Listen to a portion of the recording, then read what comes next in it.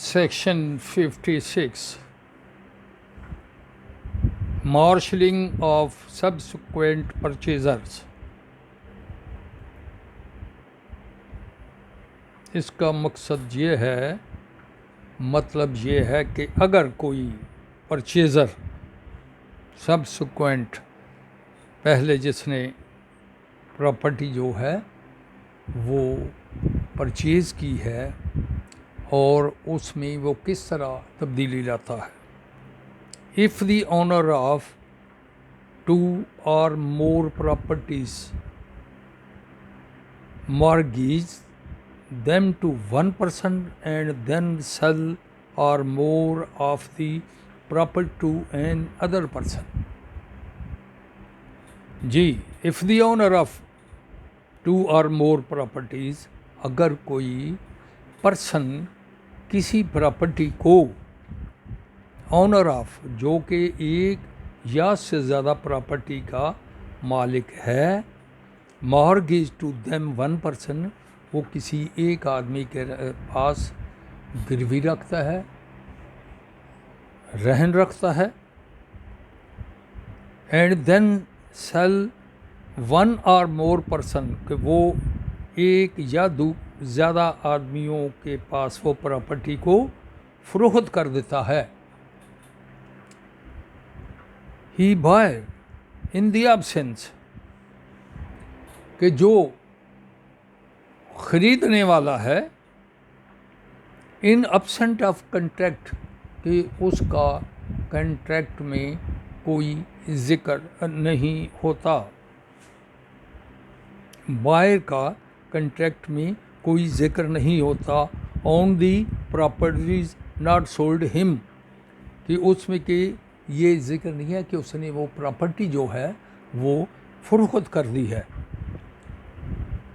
So for the same will extent, कहता है कि ये जो है इसमें वसी या इसमें तोसी की ज़रूरत है, extent, but not so prejudice, कि वो किसी तरीके से इसमें उसकी तरफदारी या तअस्सुब, but not so for the prejudice, उसमें तअस्सुब या the right of the mortgagees, कि मॉर्गेजी को राइट्स को, मॉर्गेजी के राइट्स को, और पर्सन क्लेमिंग अंडर हिम, या उसको उस प्रॉपर्टी को क्लेम करता है अंडर हिम, और एन अदर पर्सन, या कोई दूसरा आदमी, who has a consideration acquired interest in any of the property, कि जे अगर वो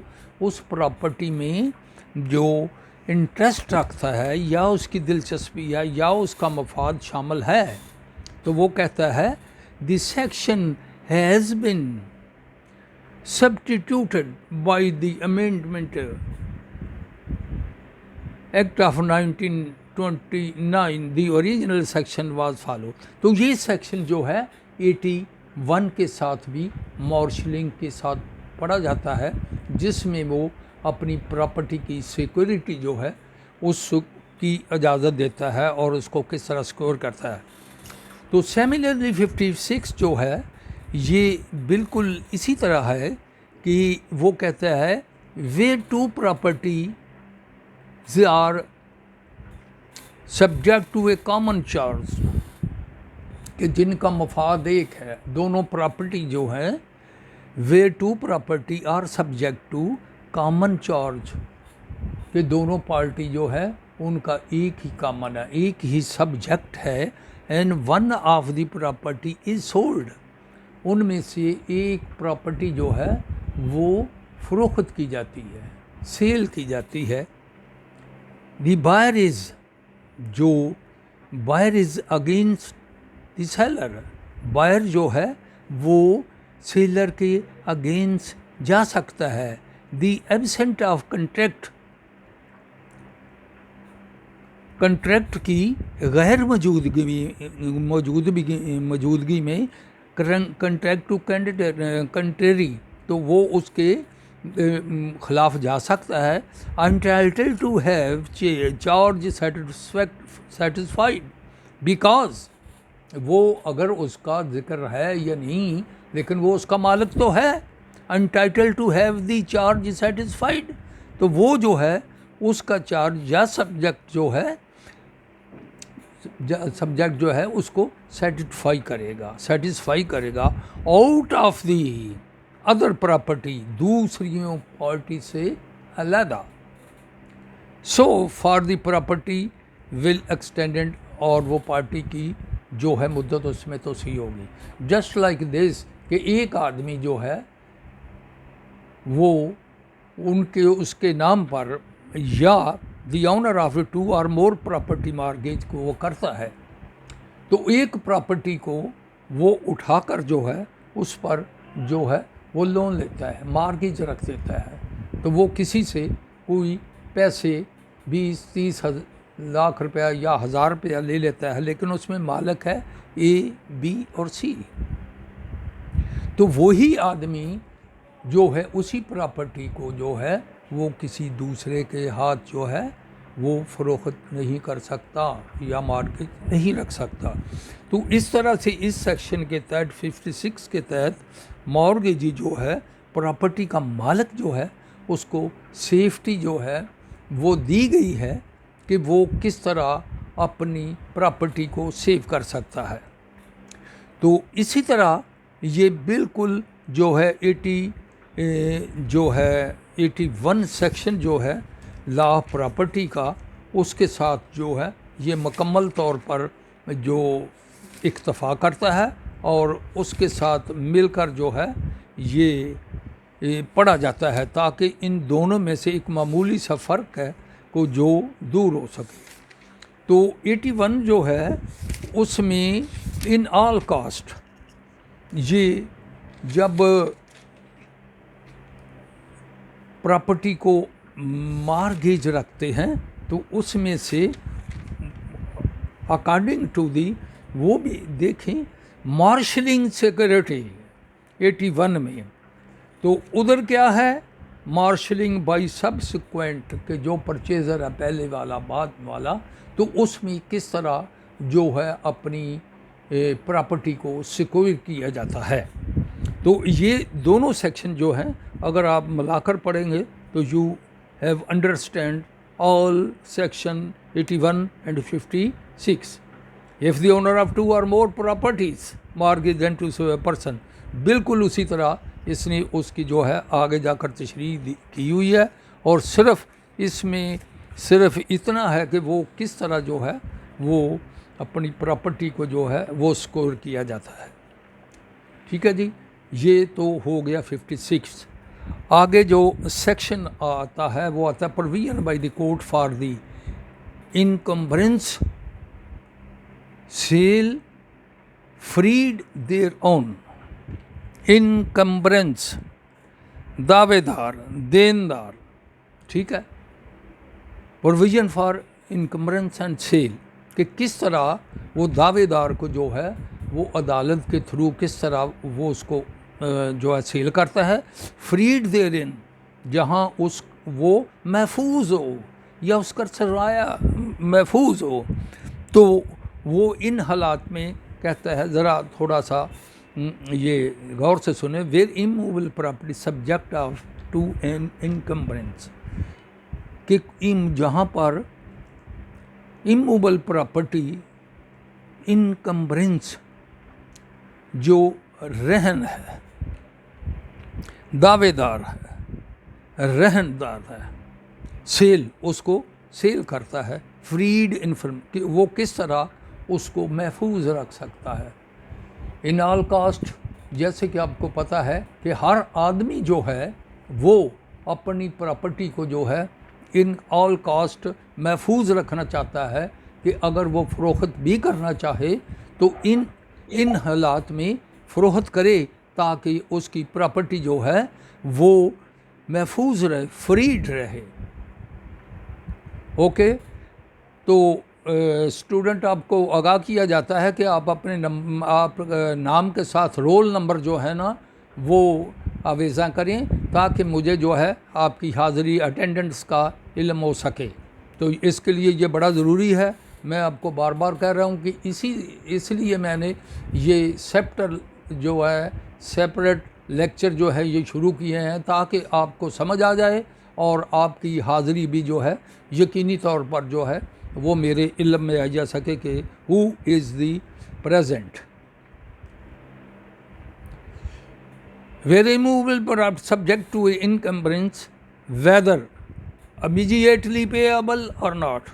वो कहता है कि वो जब उसका नाम ट्रांसफ़र करता है, अपना हक ट्रांसफ़र करता है immovable property subject to encumbrance whether immediately, या वो फौरी तौर पर या उसको पे करता है, और नॉट और नहीं, is sold to the court in execution of decree. अगर अदालत जो है उसको Ali Haidar I am watching to you 2276 I watching to you, I think you will be intentionally listen me immediately and sold to the court। वो कहता है कि अगर अदालत में कोई एग्जीक्यूशन किसी टिकरी की हुई है तो वो अदालत के थ्रू जो है वो उसकी रकम वसूल करेगा, और अगर उनका किसी तरीके से मुआहदा हो जाता है कि आउट ऑफ कोर्ट वो जो है उनका कंप्रोमाइज़ होता है, तो वो आउट ऑफ कोर्ट भी रकम वसूल करके जो है वो अदालत को आगाह कर सकता है। लेकिन this is not proper way. अदालत जो है वो कहती है कि you can submit A notice under section 32, उसमें अमाउंट जो है वो अदालत डायरेक्ट करती है कि स्टेट बैंक में जो है वो रकम जो है वो सबमिट करा दी जाए, और जब अदालत में जब वो स्टेट बैंक में वो रकम जो है सबमिट कराएगा तो उसमें उसकी एक कापी, चालान की एक कापी जो है अदालत में देनी पड़ेगी, ताकि अदालत जो है उसकी रूह से उसको वो उसकी ट्रांसफ़र कर सके, एग्जीक्यूशन पर अमल कर सके, या जो प्रॉपर्टी है उसको ट्रांसफ़र कर सके, और जो है उसका पोजेशन भी डिलीवर कर सके। तो इसका असल लुबे लबाब यही है कि वो अदालत को एप्लीकेशन देते हैं। आगे ज़रा पढ़ें। If it is it think fit for the application of any party to sell, तो कोई पार्टी किसी को फ़रोख्त करने की इजाज़त की दरख्वास्त देती है, direct allow payment in the court, तो या तो वो जब अदालत में वो उसकी अदायगी होगी तो अदालत बिल्कुल ये डायरेक्ट करेगी कि ये थ्रू जो है स्टेट बैंक जो है ये रकम जमा कराई जाए। तो फिर नंबर 1 में कहता है in case of an annual monthly sum charges of the property, या वो मंथली बेस पर होगी या वो एनुअल पर होगी, और of the capital sum charge of the determinable interest to a property, या वो पार्टी के पास जो वो तयन करदा जो है वो इंटरेस्ट होगा उसके तहत जो है उसको अदा करेगी, या कैपिटल जो है रकम उस पर ऑफ सच अमाउंट, और जो वो अमाउंट होगा। When invested to security of the federal government court consider will be sufficient mean that the interest therefore keep down on the otherwise provide for the charges. अदालत जो है वो provincial government या federal government के तहत वो रकम अदा करेगी। तो इन दिस रिस्पेक्ट इसका मकसद यही है कि प्रॉपर्टी जो किसी की है उसको इन ऑल कॉस्ट जो है वो सेव करना है, ताकि किसी के साथ कोई फ्रॉड या धोखाधड़ी का अंसर जो है वो शामिल ना हो। तो इसी सूरत में वो हो सकता है कि जब वो कहता है एब्सेंट ऑफ कंट्रैक्ट, अगर किसी का कोई कंट्रैक्ट है तो वो इस पर लागू होगा, क्योंकि ऑल जो condition fulfilment on the law of property, कि जो भी 56 में अगर कोई सब्सिक्वेंट,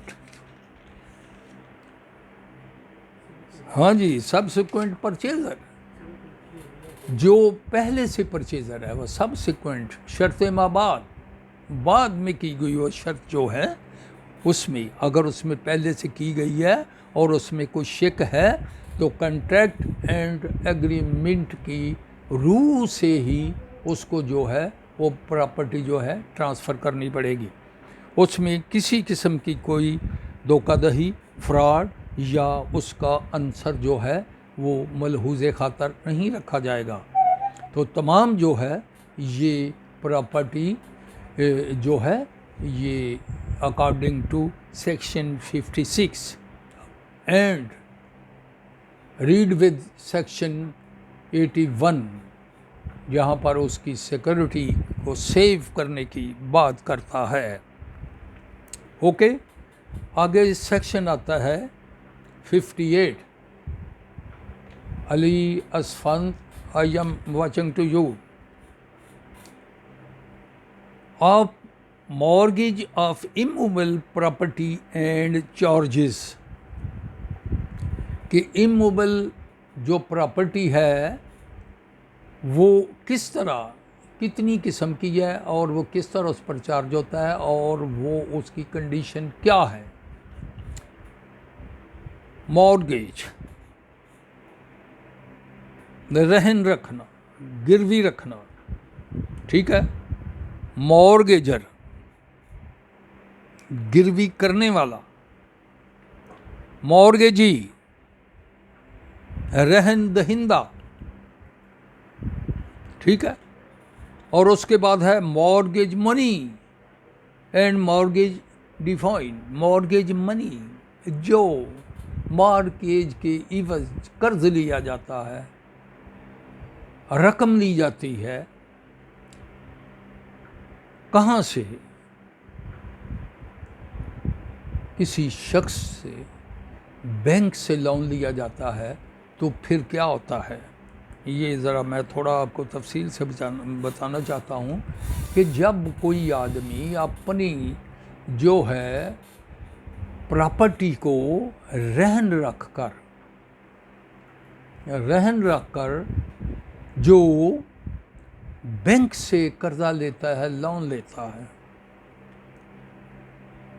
तो what is the method of that, कि उसका जो है वो तरीक़ाकार क्या है। उसका तरीक़ाकार ये होता है कि जो मॉर्गेजी है, रहन रखता है, गिरवी करता है, तो वो बैंक को अप्लाई करता है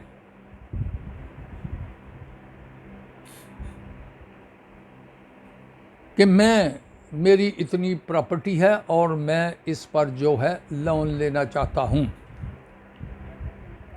तो for the satisfaction of that bank कि ये प्रॉपर्टी इतनी मलकियत की है, तो वो जो है उससे उस जगह का, उस बिल्डिंग का, उस लैंड का जो है वो नक्शा तलब करेगा, फर्जमाबंदी, रजिस्ट्री, जो कुछ भी है वो तलब करेगा। और जिस तरह उसने उस पर जो है कर्ज़ अप्लाई किया हुआ है, तो वो कर्ज़ की रकम और वो ज़मीन की फ़र्क देख कर जो है फिर पटवारी, तहसीलदार वजह से वो सेटिस्फाइड हो जाएंगे कि ये वाकई इतनी मलकियत की है, तो फिर वो ज़मीन जो है वो मॉर्गेज कर देगा, वह बैंक के नाम रहन रख देगा।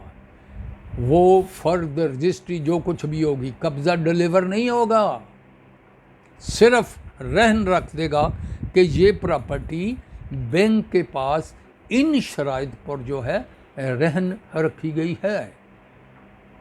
ओके, तो जब वो कर्ज़ा हासिल कर लेगा तो बैंक उसके इवज़ उसको उस पैसे के लिहाज से, उस लोन के लिहाज से बैंक जो है शराइत के तहत कहेगा कि आपने ये माहवार या एनुअल, जो कंडीशन तय होगी उसके तहत उस पर उसको इंटरेस्ट देना पड़ेगा। Because bank always watching his interest, bank ने अपना मफाद जो है, इंटरेस्ट जो है वो वाच करना है।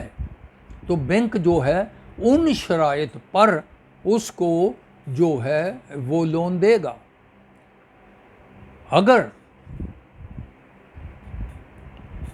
बैंक को वो मार्गेज रखी हुई प्रॉपर्टी पर इंटरेस्ट नहीं देता और वो तमाम शराइत को पूरा नहीं करता, तो एक वक्त ऐसा आएगा कि जब उसकी किस्तें, इंस्टॉलमेंट्स शार्ट हो जाएंगी। जिस तरह कोई आदमी बैंक से गाड़ी लोन लेता है और उसकी हर माह किस्त जो है बैंक में जमा करवाता है, एक वक्त ऐसा आ जाता है कि आदमी की वो किस्त शार्ट हो जाती है, तो क्योंकि वो हक बैंक होता है, एक चाबी बैंक के पास होती है, एक आपके ओनर के पास होती है जो उसको यूज़ करता है। तो फिर जब वो देखेगा कि इसने बैंक के रूल की, शराइत की, कंडीशन की, कंट्रैक्ट की खिलाफ वर्जी की है, टर्म और कंडीशन की खिलाफ वर्जी की है, तो वो उसकी एक टीम बैंक की होती है, तो वो गाड़ी को बहक बैंक जो है उसको पकड़ लेगी और वो जब्त कर लेगी। जब तक कि वो पूरी की पूरी किस्तें अदा नहीं करेगा, बैंक जो है उसको गाड़ी रिटर्न नहीं करेगा। तो इन दीज रिस्पेक्ट कि फिर जब वो बैंक की किस्तें नहीं देगा, तो वो जब किस्त शार्ट हो जाएगी, तो फिर Zubair Ghauri, I am watching to you, Zeb Khan also, Rao Abbas also, Ali Haidar also, thank you, listen me. तो इसी तरह ही जो बैंक है, जब उनकी किस्त जो है वो शार्ट हो जाएगी, तो वो क्या करेगा, तो फिर वो अदालत से आर्डर लेगा कि इसने इन शराइत पर कर्जा हासिल किया था और इसने जो है ये बैंक को वापस नहीं किया। तो फिर अदालत इजाज़त देगी कि इसको जो है इसको नीलामी आम कर दिया जाए, इसको फ़रोख्त कर दिया जाए। तो फिर उसके लिए एक नीलामी की तारीख रखी जाएगी गांव में, या उस जगह पर मरादी या ऐलान कराया जाएगा कि ये जो प्रॉपर्टी है इसको नीलाम किया जा रहा है और इतने बजे इस महीने की इतनी तारीख को इतने बजे जो है जो ज़्यादा से ज़्यादा बोली देगा, और उसमें जो शराइत लिखी होंगी वो जो है अखबार इश्तिहार में, तो वो उसके मुताबिक जो बोली देनी पड़ेगी। जो वो बोली देगा ज़्यादा देगा और बैंक जो है ये अपनी रकम उसमें से मिन्हा करके तो बाकी जो है उसको मालिक को दे देगा और वो प्रॉपर्टी जो है इस तरह डिस्पोज हो जाएगी। ठीक है, तो इसमें मैंने आपसे 58 जो है वजाहत से आपको मैंने बता दिया है।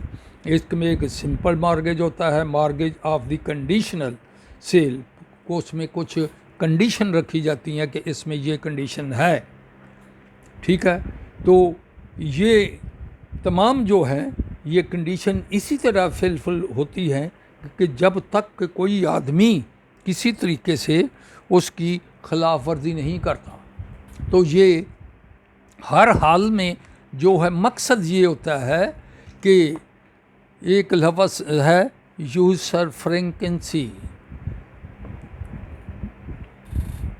हक़ के इस्तिफ़ादा रखने वाला शख्स कि किस किस का इस्तिफ़ादा है, ये भी मार्गेज में आता है। जिसका कोई इस्तिफ़ादा होगा, जो को राइट रखता होगा, उसको हर हाल में जो है वो अपनी जो प्रॉपर्टी की हिफाजत करनी है।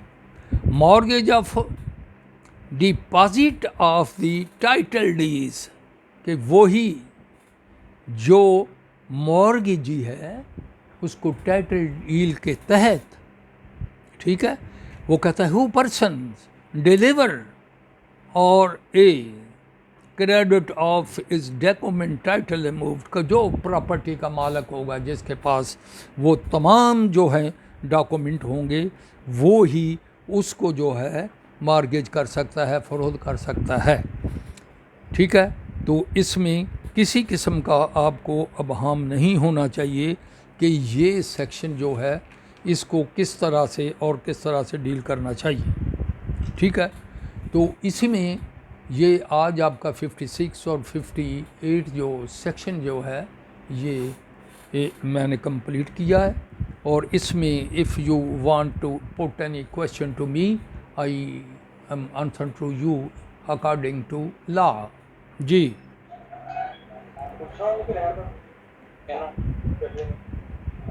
यस अली अस्फान करो question. Ji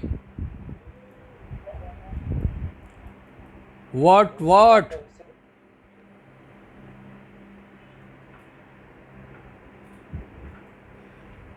please put any question।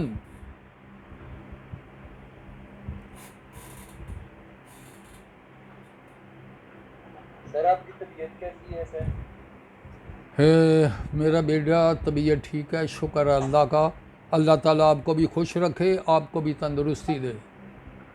आमीन